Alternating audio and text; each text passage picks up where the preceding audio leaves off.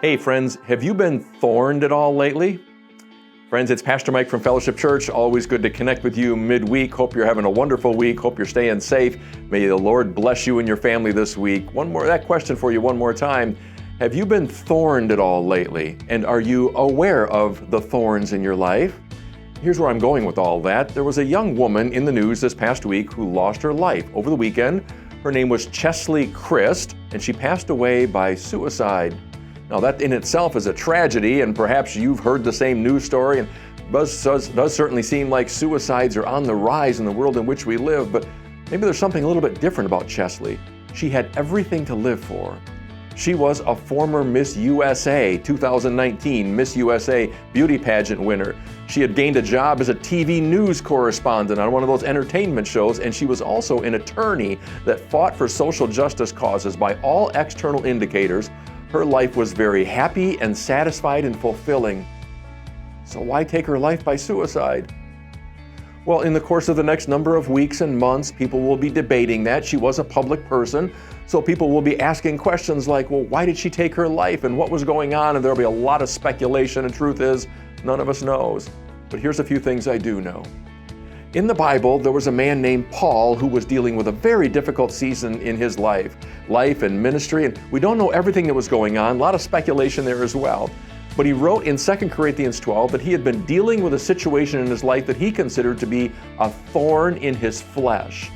Now, people wonder whether it was physical or emotional, spiritual, something mental health. We don't know for sure. We just know that it hurt.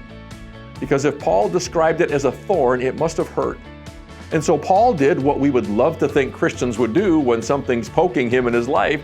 Paul prayed. In fact, the Bible says that he prayed 3 times. I'm guessing he prayed a lot more than 3 times, but Paul prayed. He did what we would console him, what we would counsel him to do.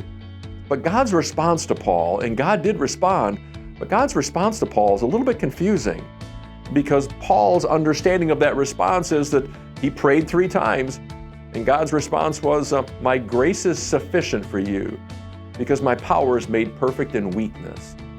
Now, friends, as long as I live, I will never fully understand the second half of that. God's power is made perfect in weakness.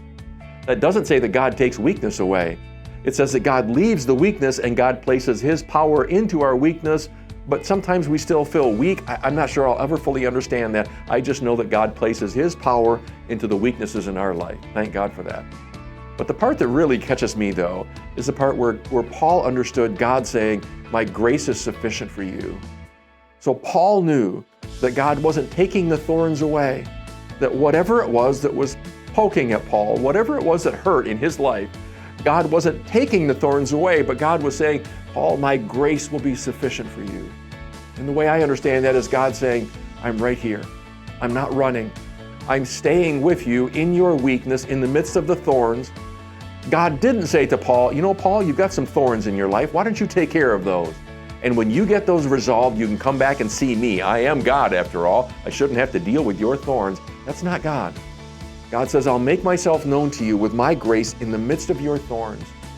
So friends, whatever your thorns are in this life, wherever you're feeling poked and prodded today, whatever causes you pain, just know that God doesn't run. God's willing to make Himself known to you in the midst of your pain. God does not run from our discomfort. Instead, He says, I'll join you in the midst of it, and my grace will always be enough. Friends, I hope you all have a wonderful week. God bless. May the Lord be with you in all of your thorns. Take care. Bye-bye.